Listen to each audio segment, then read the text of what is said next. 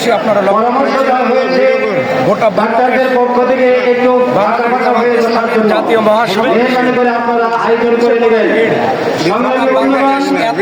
আজকের এই সমাবেশে বক্তব্য রাখার জন্য বাংলাদেশ এত লোক আর যিনি পুলিশের সামনে বুক করে দিয়েছিলেন জামাত ইসলামের এবং পুলিশের গুলির আঘাতে ছিন্ন ভিন্ন হয়ে গিয়েছিল রংপুর বিশ্ববিদ্যালয়ের মেধাবী ছাত্র যার জ্যাম বাংলাদেশের শিশু কিশোর তরুণ তরুণী শিল্পী সাহিত্যিক গবেষক নির্মাতা সর্বস্তরের মানুষ রাস্তায় নেমে এসেছিল এবং বাংলাদেশের শাসকের কবল উদ্ধার করেছিল সেই শাহাদাত বরণকারী জনাব শহীদ সাহেবের প্রতি দেশবাসী আশা করে তিনি সেই আশা পূরণ করবেন সেই প্রত্যাশা ব্যক্ত করে সবাইকে ধন্যবাদ জানিয়ে আমার কথা শেষ করছি।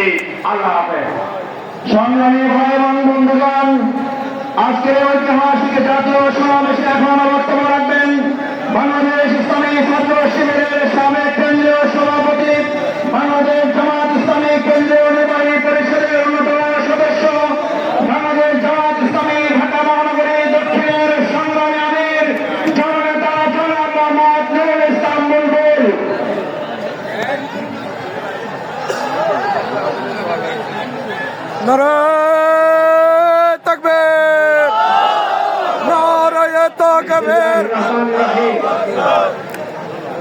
বাংলাদেশ জামাত ইসলামী কেন্দ্রীয় সংগঠন কর্তৃক আয়োজিত আজকের এই জাতীয় সমাবেশের সংগ্রামী সভাপতি, বাংলাদেশ জামাত ইসলামের সংগ্রামী আমিরের জামাত, মানবতার ফেরিওয়ালা ডাক্তার শফিকুর রহমান, জাতীয় নেতৃবৃন্দ, অন্যান্য রাজনৈতিক দল এবং সম্মানিত ইসলামী দল সমূহের নেতৃবৃন্দ, সাংবাদিক বন্ধুগণ, শহীদ এবং আহত পরিবারের সম্মানিত গর্বিত সদস্যবৃন্দ, সংগ্রামী জনসমুদ্র, আসসালামু আলাইকুম ওয়া রাহমাতুল্লাহ। সংগ্রামী ভাইয়ের আমার, যে জুলাই গণঅভ্যুত্থানের মধ্য দিয়ে আমরা নতুন বাংলাদেশ পেয়েছি, আমরা লক্ষ্য করছি এদেশের 18 কোটি মানুষের আকাঙ্ক্ষা হচ্ছে জুলাই সনদ এবং ঘোষণাপত্র স্বাক্ষর করতে হবে। কিন্তু আমরা লক্ষ্য করছি একটি রাজনৈতিক দল জুলাই গণঅভ্যুত্থানকে সনদ এবং ঘোষণাপত্রে স্বাক্ষরের ব্যাপারে বিরূপ মন্তব্য করছেন। এটি গ্রহণযোগ্য হতে পারে না। জুলাই সনদ হচ্ছে আমাদের জুলাই আন্দোলনের যে ত্যাগ এবং কোরবানি, যে শহীদ এবং আহত, তারা রক্তের বিনিময়ে যে নতুন বাংলাদেশ, সেই বাংলাদেশের সাংবিধানিক এবং আইনানুগ ভিত্তি রচনার জন্য জুলাই সনদ আমাদেরকে অবশ্যই স্বাক্ষর করতে হবে।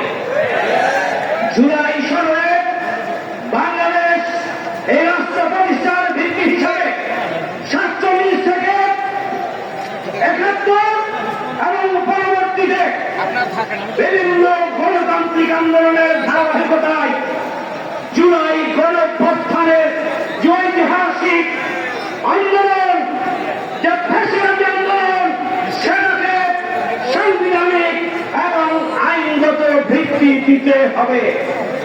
এই আন্দোলনে, এই গণঅভ্যুত্থানে যে চেতনা ছিল, সেই হচ্ছে উই ওয়ান্ট জাস্টিস। চেতনা ছিল বৈষম্যহীন বাংলাদেশ, চেতনা ছিল ন্যায় বিচারের বাংলাদেশ, চেতনা ছিল আবু সাইদ মুগ্ধ। শেষ হয়নি যুদ্ধ। সুতরাং সেই চেতনাকে ধারণ করে আগামী দিনে সুখী, সমৃদ্ধশালী আর দুর্নীতি সন্ত্রাস মুক্ত একটা মানবিক ন্যায় বিচারে ইনসাফে বৈষম্যহীন বাংলাদেশের রূপরেখা আমাদের এই জুলাই সনদের মধ্যে সংরক্ষিত করতে হবে। জুলাই সনদে ছাত্র সমাজ, শিক্ষক, কর্মকর্তা, কর্মচারী, আলিয়া কৌমিক, বিশ্ববিদ্যালয়, প্রাইমারি বিশ্ববিদ্যালয়, স্কুল, কলেজ, মাদ্রাসার পাশাপাশি পৃথিবীর বিভিন্ন দেশে জুলাই আন্দোলনে যারা অবদান রেখেছেন প্রবাসীদেরকেও সম্পৃক্ত করতে হবে। সংগ্রামী ভাই আমার, জুলাই এই সনদের মধ্যে আগামী দিনে রাষ্ট্র সংস্কার এবং সংবিধান সংস্কারের মাধ্যমে আগামী দিনে এমন একটি বাংলাদেশ প্রতিষ্ঠার স্বপ্ন থাকবে যে বাংলাদেশ আগামী দিনে নতুন কোনো ফ্যাসিবাদের জন্ম দেবে না।